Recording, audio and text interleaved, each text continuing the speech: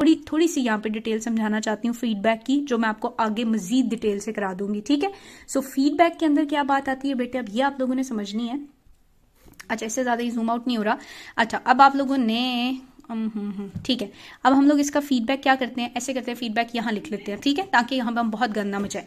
तो हम ये कह रहे हैं कि जो एस्ट्रोजन रिलीज हुआ at the start of the cycle, अभी साइकिल का स्टार्ट है ना, समझ लो 4-5-6 दिनों, तो इस एस्ट्रोजन के 2 काम है, ठीक है। एक, एस्ट्रोजन ने यूट्रस के ऊपर जाके एक्ट किया, और यूट्रस के ऊपर जब एक्ट किया तो वहां पे हमें समझ आ गई कि इसने क्या कर दिया, प्रोलिफरेशन कॉज कर दी। दूसरा, ये एस्ट्रोजन बेटे फीडबैक रिस्पॉन्स देगा आपकी पिट्यूटरी को। ये फीडबैक रिस्पॉन्स आपके लिए समझना बहुत जरूरी है।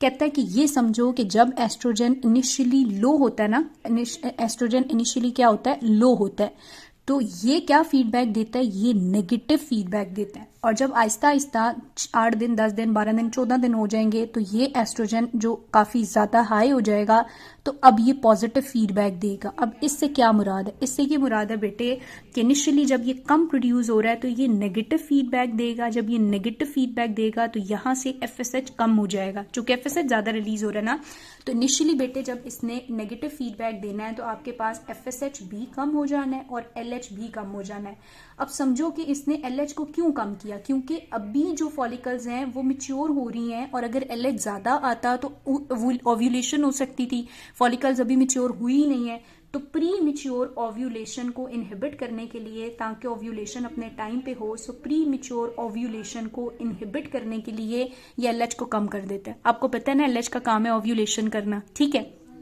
FSH को इसलिए कम कर देता है कि FSH अगर ज्यादा रिलीज होता रहेगा तो सारी फॉलिकल्स मैच्योर हो जाएंगी। हम चाहते हैं उनमें से एक जो कॉम्पिटेंट है वो मैच्योर हो, तो जब FSH के लेवल कम हो जाएंगे तो एक जो कॉम्पिटेंट है, जो सबसे ज्यादा तेज है, FSH सिर्फ उस पर ही एक्ट करेगा, और एक आपके पास डोमिनेंट फॉलिकल बनेगी जिसने ओव्यूलेट होना है।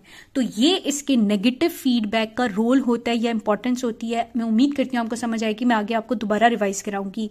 सो इनिशियली एस्ट्रोजन ने जो नेगेटिव फीडबैक दिया वो इसलिए दिया कि ये दोनों कम हो जाएं, और दोनों को कम करने का फायदा ये था कि FSH कम होने से थोड़ा बहुत FSH आए और वो सिर्फ कॉम्पिटेंट फॉलिकल पे एक्ट करे, ताकि वो डोमिनेंट फॉलिकल बने, ओव्यूलेशन के लिए प्रिपेयर हो, और तब तक LH इनहिबिटेड रहे ताकि प्री मैच्योर ओव्यूलेशन ना हो जाए। अब जब 14 दिन गुजर चुके हैं और एक डोमिनेंट फॉलिकल हमें मिल गई है, तो फिर इसके जो लेवल्स हैं वो क्या हो जाते हैं, हाई हो जाते हैं, और पॉजिटिव फीडबैक जाता है। पॉजिटिव फीडबैक जब जाता है तो LH बहुत ज्यादा इंक्रीज होता है, LH का सर्ज आता है। जब LH का सर्ज आता है बेटे तो उससे क्या हो जाएगी, ओव्यूलेशन हो जाएगी, और साथ ही थोड़ा बहुत FSH भी, तो मैं आपको डायग्राम्स दिखाऊंगी, तो जहां पे ओव्यूलेशन होती है ना वहां LH तो ज्यादा होता ही होता है, थोड़ा सा ना FSH भी ज्यादा होता है, ठीक है। सो ये ज्यादा करता है ताकि ओव्यूलेशन हो सके। तो अब आपको एस्ट्रोजन की बात समझ आ गई। तो एस्ट्रोजन इनिशियली इसको इनहिबिटेड रखेगा, लेकिन जब एस्ट्रोजन ज्यादा हो जाएगा 14th डे के ऊपर, तो एस्ट्रोजन यहां से बेटे क्या देगा, फॉर एग्जांपल अब यहां से इसी को हम लोग जो है वो, वैसे गन तो मच रहा है बहुत ज्यादा, मैं चाहती थी आप लोगों के लिए नीट रहे, ठीक है, लेकिन समझ लो कि एस्ट्रोजन ने क्या किया, जाके पॉजिटिव फीडबैक दिया। इस पॉजिटिव फीडबैक की वजह से अब LH की जो रिलीज है वो बहुत ज्यादा हो जाएगी, जिसको बेटे हम लोग LH सर्ज भी कहते हैं। अब मैं मजीद आगे ब्लैक से या ड्रॉ करने की कोशिश कर लेती हूँ। अब ये जो LH है, जो कि पहले बहुत कम रिलीज हो रहा था, अब ये LH बेटे ज्यादा रिलीज होगा, और जब ये ज्यादा रिलीज होगा तो यहाँ पे जो डोमिनेंट फॉलिकल है ना उसके ऊपर एक्ट करेगा। तो डोमिनेंट फॉलिकल पे जब एक्ट करेगा तो वो ऊ साइड को रिलीज कर देगी। ऊ साइड जो है वो आपका कहाँ आ जाएगा, फिलोपियन ट्यूब में आ जाएगा, और इस प्रोसेस को हम क्या कहेंगे, ओव्यूलेशन कहेंगे।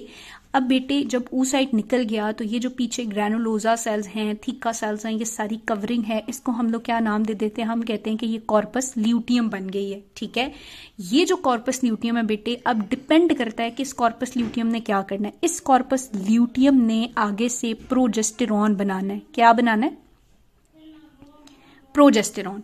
अब ये प्रोजेस्टेरॉन भी सेम एज एस्ट्रोजन बेटे 2 काम करेगा। एक तो इस प्रोजेस्टेरॉन ने यूट्रस के ऊपर एक्ट करना है, और दूसरा इसने भी फीडबैक देना है। अब वो यूट्रस जो पहले प्रोलिफरेटिव फेज में था, फैल रहा था, तो ये प्रोजेस्टेरॉन उसको सिग्नल दे के बोलता है कि एग रिलीज हो गया है, हो सकता है फर्टिलाइजेशन हो जाए, एम्ब्रियो बन जाए और तुम्हें उसको इम्प्लांट करना पड़े। फैलना बंद करो, खुराक जमा करो। तो इस वजह से बेटे एस्ट्रोजन में सिक्रीटरी चेंजेस आते हैं, इसकी प्रोलिफरेशन अपोज हो जाती है, रुक जाती है। ठीक है, अब यहाँ पे स्पाइरल आर्टरीज आना शुरू हो जाती हैं। स्पाइरल आर्टरीज के अलावा यहाँ पे ग्लाइकोजन, लिपिड और सब स्टोर होना शुरू हो जाता है। तो इसको हम लोग कहते हैं कि क्या आ गया, यूट्रस के अंदर सिक्रीटरी एक्टिविटी स्टार्ट हो गई। तो ये जो सिक्रीटरी एक्टिविटी है ये किसकी वजह से है, प्रोजेस्टेरॉन। तो वेरी गुड, तो अभी तक आपको ये समझ आया कि FSH आता है तो एस्ट्रोजन आता है, एस्ट्रोजन आता है तो प्रोलिफरेशन होती है, LH आता है तो ओव्यूलेशन होती है, LH की वजह से प्रोजेस्टेरॉन बनता है, प्रोजेस्टेरॉन बनता है तो सिक्रीटरी चेंजेस। ये 5 लाइंस हैं, ये मैं भी आगे आपको वापस लिखवाऊंगी। सो सिक्रीटरी एक्टिविटी यहाँ पे हो रही है। अब सिक्रीटरी एक्टिविटी के साथ बेटे डिपेंड करता है कि अगर ये वुमेन मैरिड है या इंटरकोर्स करती है और मेल गैमेट जाता है तो इसको फर्टिलाइज कर लेता है। अगर इसको फर्टिलाइज कर लेता है और आपके पास जाइगोट बन जाता है और वो यहाँ पे आके इम्प्लांट होगा, तो इम्प्लांटेशन की वजह से बेटे उसका जो साइटोट्रोफो या सेंसिशियोट्रोफोब्लास्ट है वो बीटा HCG के थ्रू सिग्नल देता है कॉर्पस ल्यूटियम को कि प्रेगनेंसी है। ठीक है, तो फिर ये कॉर्पस ल्यूटियम 4 महीनों तक प्रोजेस्टेरॉन देता रहेगा। लेकिन अगर ये इंटरकोर्स नहीं करती, एक नॉर्मल वुमेन है, अनमैरिड है या वटएवर, तो इंटरकोर्स नहीं करती तो एग जो है वो 48 आवर्स में डाई हो जाता है। ठीक है, 48 आवर्स में। अब जब ये डाई हो जाता है तो ये कॉर्पस ल्यूटियम वेट करता है कि मुझे 8-10 दिनों बाद सिग्नल्स आएंगे बीटा HCG की फॉर्म में। वो सिग्नल्स नहीं आएंगे, जब वो सिग्नल्स नहीं आएंगे बेटे तो कॉर्पस ल्यूटियम डीजेनरेट हो जाएगा। कॉर्पस ल्यूटियम डीजेनरेट होगा तो प्रोजेस्टेरॉन विड्रॉल हो जाएगा। जैसे ही प्रोजेस्टेरॉन विड्रॉल होगा तो ये जो एंडोमेट्रियम प्रोजेस्टेरॉन ने मेंटेन किया हुआ था, शेडिंग शुरू हो जाएगी। जब इसकी शेडिंग शुरू हो जाएगी तो इसको हम लोग क्या कहेंगे, मेंस्ट्रुएशन।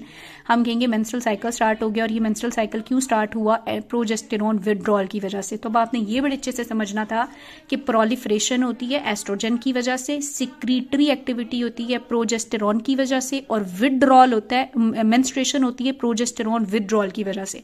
सो ये सारी जो है वो ब्लीडिंग शुरू हो जाएगी। अब ये आप लोगों को, हमें घर में कुछ मेहमान आए हुए हैं तो मैं कुछ नहीं कर सकती शोर के लिए, लेकिन मैं आप लोगों को ये समझाने की पूरी कोशिश कर रही हूँ अपनी, और मैं इसको रिवाइज करती हूँ। और ये जो फीडबैक रिस्पॉन्स है ये भी मैं आपको समझाती हूँ। सो मैंने कहा कि प्यूबर्टी के ऊपर हाइपोथैलेमस से गोनेडोट्रोपिन रिलीजिंग हार्मोन आता है, वो इंटीरियर पिट्यूटरी पे एक्ट करता है तो गोनेडोट्रोपिन आता है। गोनेडोट्रोपिन में पहले ज्यादा FSH और थोड़ा बहुत LH आता है। ये FSH आके इन फॉलिकल्स की मैचुरेशन कॉज करता है। इतनी देर में जो थोड़ा थोड़ा LH था वो LH एंड्रोजेंस बनाता है और इन एंड्रोजन से आगे एस्ट्रोजन बनता है। फॉलिकल्स मैच्योर हो रही हैं और साथ में एस्ट्रोजन बन गया।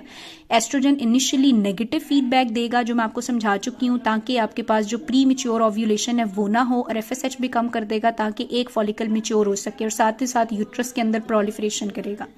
फिर बेटे जब एस्ट्रोजन ज्यादा बिल्टअप हो जाएगा तो ये पॉजिटिव फीडबैक देगा और यहाँ से LH आएगा। LH एक मैच्योर डोमिनेंट फॉलिकल पे एक्ट करके ओव्यूलेशन कॉज करेगा, और ये जो रिमेनिंग मैस है दिस इज कॉर्पस ल्यूटियम।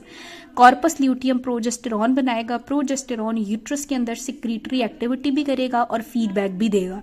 अगर इंटरकोर्स नहीं होता, एग डाई हो जाएगा, फीडबैक सिग्नल नहीं जाते, कॉर्पस ल्यूटियम डीजेनरेट हो जाएगा, प्रोजेस्टेरॉन विड्रॉल होगा और शेडिंग शुरू हो जाएगी और ये लेयर सारी शेड कर जाएंगी, बात खत्म। नेक्स्ट फिर मेंस्ट्रुएशन के बाद दोबारा साइकिल स्टार्ट होगा, FSH LH हाई होंगे और यही साइकिल चलेगा। FSH आए, फॉलिकल्स मैच्योर हुई, प्रोलिफरेटिव चेंज आया, फिर एक रेस्ड हो गई तो उसमें से LH आया, ओव्यूलेशन हो गई, कॉर्पस ल्यूटियम ने प्रोजेस्टेरॉन बनाया तो यहाँ पे सिक्रीटरी चेंजेस आ गए।